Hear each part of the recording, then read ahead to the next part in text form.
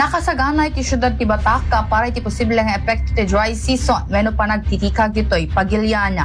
Segon ka ni City of Batak Marky Chua nakamobilize lagi ti amin nga heavy equipment ay kasapulan iti panagtalon na kaskumay ti backhoe para iti small farm reservoir iti Manalon.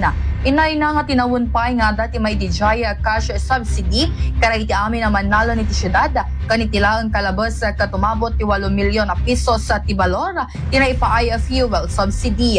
May naikitira ito'y mangnamnaman ni Chua nga maka-adaptar da kung saan unay nakarot ti mapasaranda rikat at kankaret ti dry season.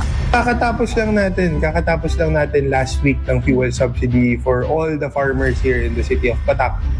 Amounting to 8 million yung project na yun. Gas subsidy ginagawa naman namin yan. Yearly talaga namin ginagawa yan.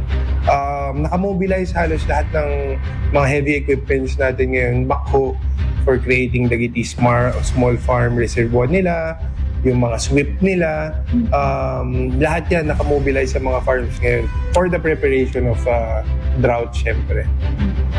So aware naman yung mga farmers natin. Hopefully maka-adapt tayo. Para iti IFM News, Idol Bernadette Toledo, Tatak, IFM.